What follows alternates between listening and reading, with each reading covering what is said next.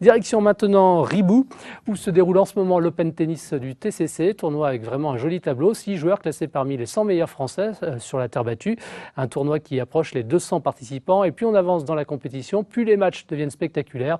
On écoute Gilbert Théat, le responsable du comité de tournoi, il est au micro de Nicolas Pinault. Alors déjà notre tournoi a une grosse identité, parce que bon, il existe depuis quelques décennies, on va dire maintenant, puisque notre club fêtera ses 100 ans dans 10 ans. Donc cette année, on a toujours un programme très très haut au niveau des joueurs, puisque nous accueillons cette année encore 6 numérotés.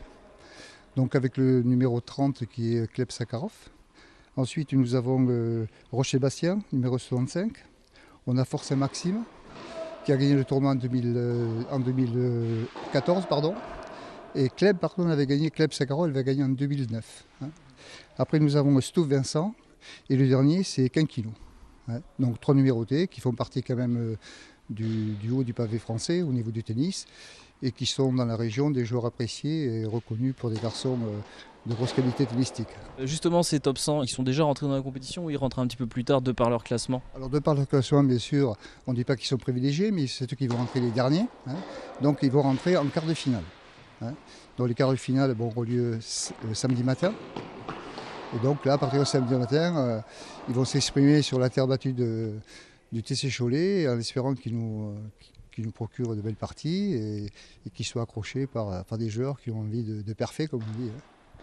La suite, vous parlez des demi-finales, les finales seront quand? Alors, la finale sera dimanche à 15h et les deux demi-finales le dimanche matin à 10h. Et quid des femmes dans ce tournoi? Alors effectivement, pour la première année, malheureusement, nous avons été obligés d'annuler le tournoi femmes. Pour la simple raison que dans le bas du tableau, elles étaient très très peu représentées. Et donc ça faisait des tableaux qui n'étaient pas du tout cohérents. Et donc on a préféré l'annuler pour mieux se préparer, mieux se préparer pour l'année prochaine, en espérant que ce tableau puisse avoir lieu. Voilà.